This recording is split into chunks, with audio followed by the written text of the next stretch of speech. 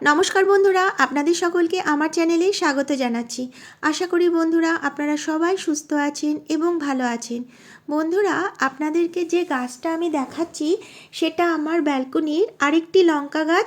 এটা খুব বড় না, এই প্রথম এই লঙ্কা গাছটাতে লঙ্কা হওয়া শুরু করেছে। আর এর মধ্যে কিন্তু আমি এই গাছটা থেকে অনেক লঙ্কা তুলেও নিয়েছি। এখনও এই গাছটাতে প্রচুর লঙ্কা হয়ে রয়েছে। আর এই লঙ্কা গাছটাতে কিন্তু প্রচুর ফুল এসছে বন্ধুরা। আর ছোট ছোট প্রচুর ডালপাল্লাও বেরোচ্ছে, আর সেখান থেকেও কিন্তু ছোট ছোট অনেক ফুলের কড়ি রয়েছে। আর দেখুন গাছটা কিন্তু একদম সুস্থভাবে বন্ধুরা বেড়ে উঠেছে। কোনো রকম কিন্তু এই লঙ্কা গাছে প্রবলেম নেই।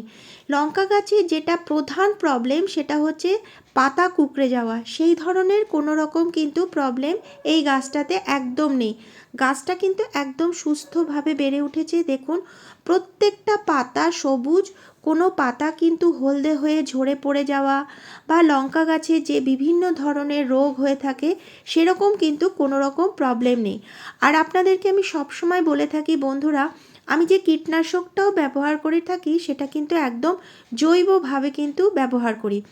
আজকে আমি আপনাদেরকে যেটা দেখাবো, এই যে লঙ্কা গাছে প্রচুর ফুল আসছে, কড়ি আসছে, আর গাছ ভর্তি যে ফুলে ভর্তি হয়ে রয়েছে, এই সময় আমাদেরকে কি ঘরোয়া খাবার দেবো সেটাই আজকে আমি আপনাদেরকে দেখাবো। দেখুন এটা কিন্তু আমার হ্যাঙ্গিং পটে ছিল ব্যালকনির ওপরে। ওই হ্যাঙ্গিং পটটা ওপর থেকে নামিয়ে নিয়ে আছে, কিন্তু আমার সুবিধা হয়ে থাকে ভিডিওটা করতে। বন্ধুরা, এরপরে আমি যেটা করছি সেটা হচ্ছে প্রথমে আমি গাছের গোড়াটাকে একটু হালকা করে নিচ্ছি। সব সময় যে কোনো খাবার দেওয়ার আগেই কিন্তু আমি গোড়া হালকা করে নিই। এরপরে আমি দেখাচ্ছি, দেখুন বন্ধুরা, এই কৌটোটার মধ্যে অনেক দিন আগে আমি একটি খাবার তৈরি করেছিলাম, সেই ভিডিওটাও কিন্তু আমি পোস্ট করেছিলাম। দেখুন এখানে রয়েছে আলুর খোসা, পেঁয়াজের খোসা, আর রয়েছে ব্যবহার করা চা পাতা, আর রয়েছে ডিমের খোলা। আর এই সব জিনিসগুলো দিয়ে তৈরি করে নিয়েছি ঘরোয়াভাবে একটি এনপিকে সার।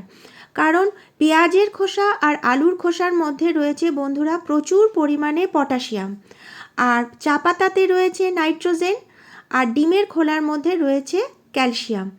বন্ধুরা, শুধু যে কলার খোসার মধ্যে পটাশিয়াম রয়েছে তা কিন্তু নয়, পেঁয়াজের খোসা আলুর খোসার মধ্যে রয়েছে কিন্তু প্রচুর পরিমাণে পটাশিয়াম।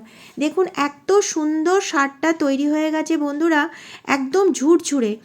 এই ধরনের খাবার যদি আমরা বাড়ি থেকেই তৈরি করতে পারি তাহলে কিন্তু আমাদের রাসায়নিক খাবারের একদম প্রয়োজন হয় না। আর এই খাবারগুলো যদি আমরা গাছের গোড়ায় একটু বেশি পরিমাণেও দিয়ে ফেলি তাহলেও কিন্তু গাছের কোনো রকম ক্ষতি হবে না। বেশ খানিকটা পরিমাণে আমি এই লঙ্কা গাছের গোড়ায় দেওয়ার পরে আবার মাটিটাকে হাত দিয়ে একটু উল্টে পাল্টে নিলাম, আর বাকি যে খাবারটা রয়েছে সেটা আবার আমি এই লঙ্কা গাছের গোড়াতে দেখুন দিয়ে দিলাম। বন্ধুরা, এইভাবে কিন্তু আমরা সবাই রান্নাঘর থেকেই কিন্তু খুব সুন্দর একটা এনপিকে সার তৈরি করতে পারি আমাদের গাছের জন্য। যে কোনো গাছে কিন্তু আমরা এই খাবারটা ব্যবহার করতে পারি। যে কোনো গাছে যখন ফুল ফল আসা শুরু করে সেই সময় কিন্তু গাছের পর্যাপ্ত পরিমাণ পটাশিয়াম যাতে ঠিকঠাক মতন থাকে সেটা কিন্তু আমাদের নজর দিতে হবে। শুধুমাত্র যে বন্ধুরা কলার খোসাতেই পটাশিয়াম থাকে তা কিন্তু নয়, পেঁয়াজের খোসা আলুর খোসার মধ্যেও কিন্তু প্রচুর পরিমাণে আমরা পটাশিয়াম পাই। আর সেই সময় কিন্তু গাছে বেশ খানিকটা নাইট্রোজেনও দিতে হবে, আবার সাথে আমাদের একটু ক্যালসিয়ামটাও দিতে হবে। আর সেটা কিন্তু আমরা একদম ঘর থেকে বন্ধুরা জৈবভাবে পেয়ে যাই। যেটা দেখালাম আপনাদেরকে যে ব্যবহার করা চা পাতা, তার মধ্যে রয়েছে প্রচুর পরিমাণে নাইট্রোজেন, আর ডিমের খোলার মধ্যে রয়েছে প্রচুর পরিমাণে ক্যালসিয়াম। দেখুন বেশ খানিকটা আরও এই জৈব সারটা রয়েছে আমার এই কৌটোতে। যখন আবার কোনো গাছে প্রয়োজন হবে তখন আমি এই খাবারটা আবার ব্যবহার করে দেবো। এরপরে লঙ্কা গাছে আমি আজকে প্লেন জল দেবো। কিন্তু বন্ধুরা, লঙ্কা গাছে কিন্তু জলটা সব সময় দেখে দিতে হবে, গাছের গোড়ার মাটিটা যেন একদম ভিজে না থাকে। শুকিয়ে গেলে তারপরেই আমরা লঙ্কা গাছের গোড়ায় জল দেবো। জল বেশি দিলেই কিন্তু লঙ্কা গাছের বিভিন্ন রকম প্রবলেম হয়, তার থেকেই কিন্তু বন্ধুরা পাতা কুঁকড়ে যায়।